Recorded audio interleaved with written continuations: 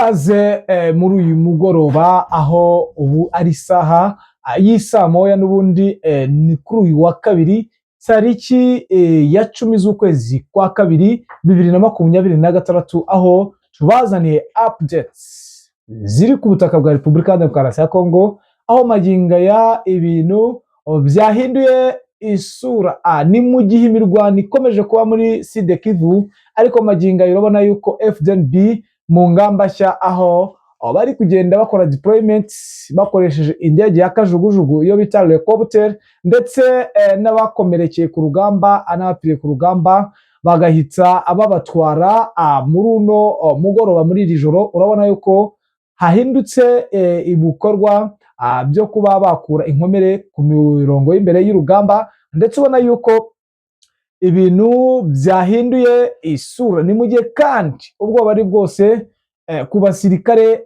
bari mu murwa hagati ibaraka aho maginga yabafite ubwoba yuko M23 ku isaha yafata uno mujyi w'ibaraka. Ni mu gihe kandi muri Nord Kivu naho ni bicika. Ni mu gihe kandi mu mujyi wa Uvira naho turi babwire uko updates zimeze aho Mai zikomeje gukora ibikorwa nyuma yaho n'ubundi Gouverneur Jean-Jacques Perusi wirirwa muri Uvira ariko akirarira Bujumbura ku magambo yagiye atangaza. Byinshi rero kuri ibi ni munyemerere muri iri joro mbajyaneyo turebe uko byifashe n'ubundi mumenye uko biraye. Reka ampushimire nkwifuriza wowe wahisemo kubana natwe ariko naho kitwumva bwa mbere munsi ya video ukore kuri like, share ndetse niwagirwa gukora subscribe bityo yongere mu muryango mugari wa Dema kumva amakuru acukumbuye kandi yizewe. Reka rero n'ubundi mbanze nkubwire ko ngiye ugiye kukugezaho kandi wanakugejeje izi ncamake z'amakuru no kurambura n'amakuru ndi Damien Umugisha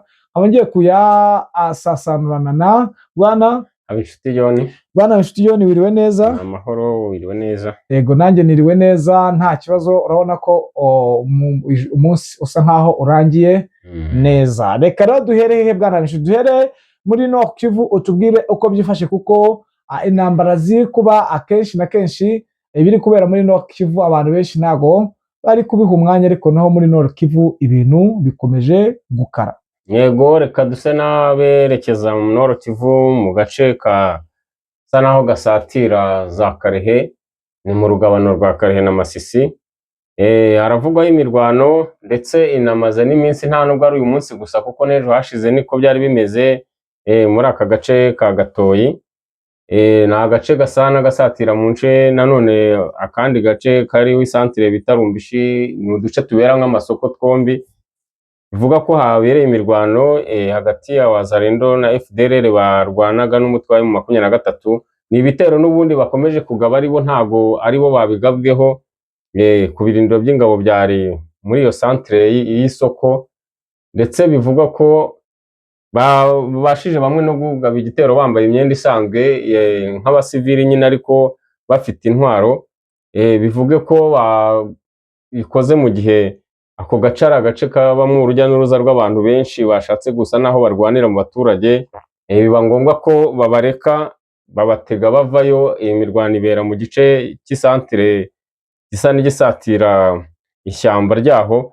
Habereye imirwano ikomeye cyane rero ku buryo byumvikana ko harimo abahasize ubuzima ku ruhande rwa FDLR ndetse na Wazalendo ariko ubona ko ngo ari imigambi bafite yuko izo santere zombi kuko bahagiye bakurwamo bahafite ibirindiro bikomeye cyane ndetse ariho hababashishaga kubona ibyo kurya bitewe n'imisoro bakaga muri izo santere. Rero kuba M23 imaze igihe hagenzura kinini ndetse ihamaranye batafite uburyo babayeho neza kuko bava mu mashyamba barikare ndetse n'aya mu gace ka Masisi hose urabona ni igice cy'amashyamba menshi.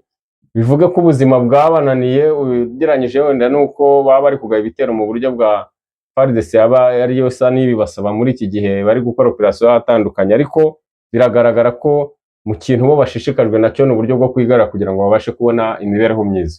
Yes, nibyo kandi biranashoboka.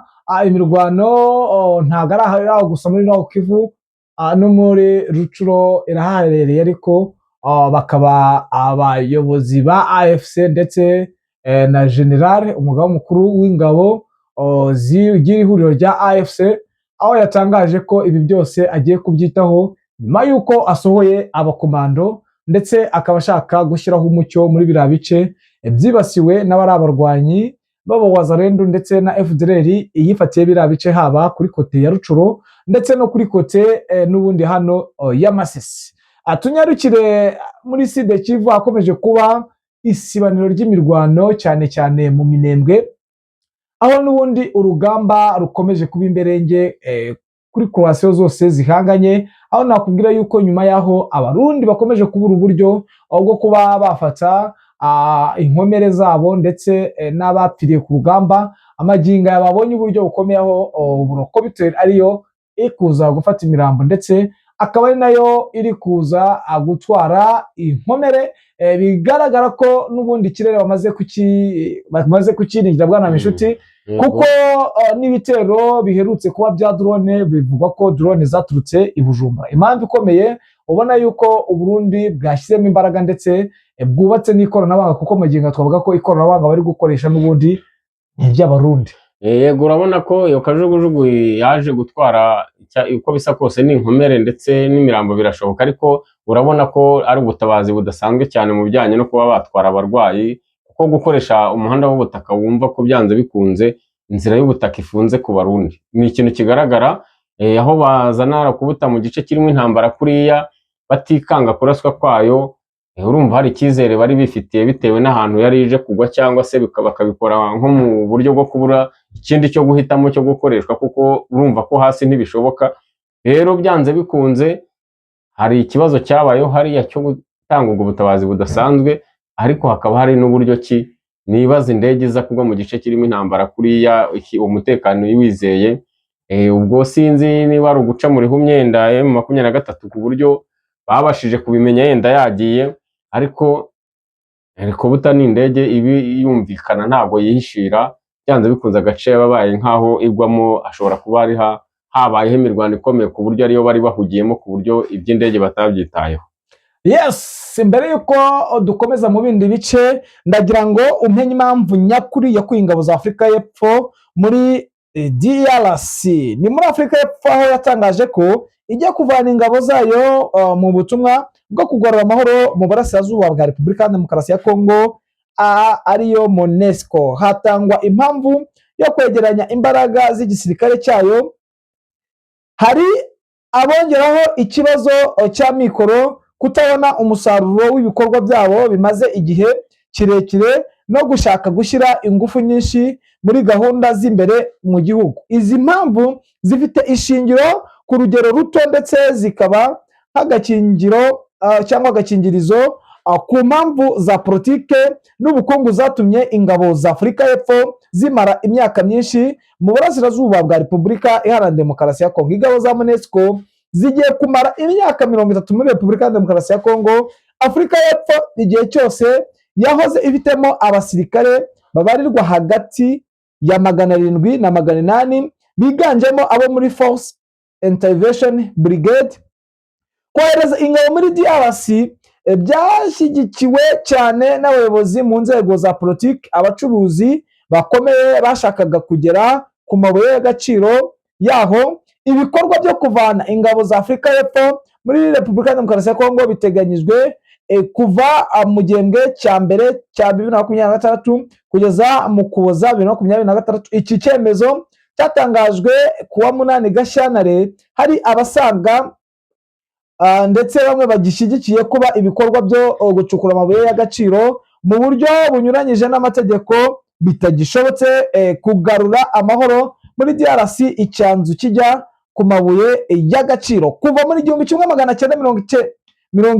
Afurika y'Epfo yatangaje ko ibikorwa byayo bya gisirikare bigamije kugarura amahoro muri Afurika no mu bindi bihugu by'amahanga, ariko usuzumye aho yohereza ingabo ikaba indi nkuru yo kubara, kubera yuko nta gikorwa kigeze kigira. Ucukumbuye rero, iyo ucukumbuye usanga ryaragaragaje ko abantu bo mu ngabo za Afurika y'Epfo babasha mu bikorwa by'ubucukuzi bw'amabuye y'agaciro bw'amagendu bitwaje ibikorwa byo kugarura amahoro. Abenshi muri aba bashinjwa gucuruza zahabu na kohuta mu buryo bunyuranye n'amategeko, gukoresha ibibuga by'indege bigenzurwa n'abasirikare muri ibyo bikorwa by'ubucukuzi no gukoresha abanyafurika y'Epfo baba mu karere nk'ibiraro by'ubucuruzi bw'amabuye y'agaciro mu buryo bunyuranyije n'amategeko. Afurika y'Epfo rero iragira abasirikare benshi muri Force Intervention Brigade muri MONUSCO, iba ifite ububasha bwo gutera no kwirwanaho mbere y'uko umwanzi atera, bitandukanye n'uko ingabo za Loni zisabwa kudakoresha intwaro keretse igihe zihawe ayo mabwiriza. Samid RC yageze muri Repubulika ya Demokarasi ya Kongo ishaka ibirombe bya Rubaya. Muri 2023 Afurika y'Epfo yongeye kohereza ingabo muri RDC nabwo zerekeza muri Rubaya mu gace karimo ibirombe binini cyane bicukurwamo koruta nyinshi ku isi. Ingabo za Samid RC zari zitiriwe kugarura amahoro mu karere ka Repubulika ya Demokarasi ya Kongo, ndetse ubona yuko Afurika y'Epfo ikimara gushyira ingabo hafi ya Rubaya ntibyari bigishoboka gutandukanya ibikorwa by'umutekano n'inyungu z'amabuye y'agaciro muri aka gace. Rero urabona yuko impamvu zikomeye zirahari, ndetse impamvu ubona bakomeje kuba bavamo, urabona ko Afurika y'Epfo yarokoye ingabo muri yakuye ingabo muri DRC, ntibivuze ko irangije ibikorwa byayo, ahubwo ni igice kimwe kijyanye n'uko mu gihe ingabo ziri muri iki gihugu zakoraga zitirirwa kurinda umutekano bikajyanishwa n'inyungu z'ubukungu, ariko ikiguzi cyabyo kikaba cyarabaye kinini ugereranije n'inyungu zivamo. Magingo rero urabona ko ari ikibazo gikomeye bwana Habishuti, ndetse ubona yuko nyuma yaho n'ubundi AFC ifashe ibice, ubona ko n'iki kirombe cya Rubaya cyahuruje amahanga. Sinzi nimba kitari bugonganishe AFC na Leta Zunze Ubumwe za Amerika, aho basinye na Kisekedi kuba hari icyo bakora kugira ngo bigende neza. Bwana Habishuti, urabona ari iki kiri bukurikire? Uko bisa kose amasezerano yasinanye nayo mu bukungu bujyanye n'amabuye y'agaciro ntabwo tuzi ngo ni ibihe birombe yenda batanze, cyangwa se niba bazajya babaha amabuye acukuye batitaye ibirombe ibyo ari byo. Ubwo ariko icyo mbona cyo nyine urabona ko harahagenzurwa nayo 23. Ubwo urumva ko nta mushinga DRC ifite wo kujya gutegura kuri kiriya kirombe, ntabwo nyine kibarwa ko ari icyabo. Byanze bikunze ntabwo Amerika niba mu birombe bateganya kuyiha, keretse bavuze ngo ibyo twakabahaye n'ibiriya. Ariko urabona ko Amerika ni igihugu gisobanutse, ntabwo kiyobe ibirombe by'amabuye y'agaciro biri muri Kongo umubare wabyo naho biherereye.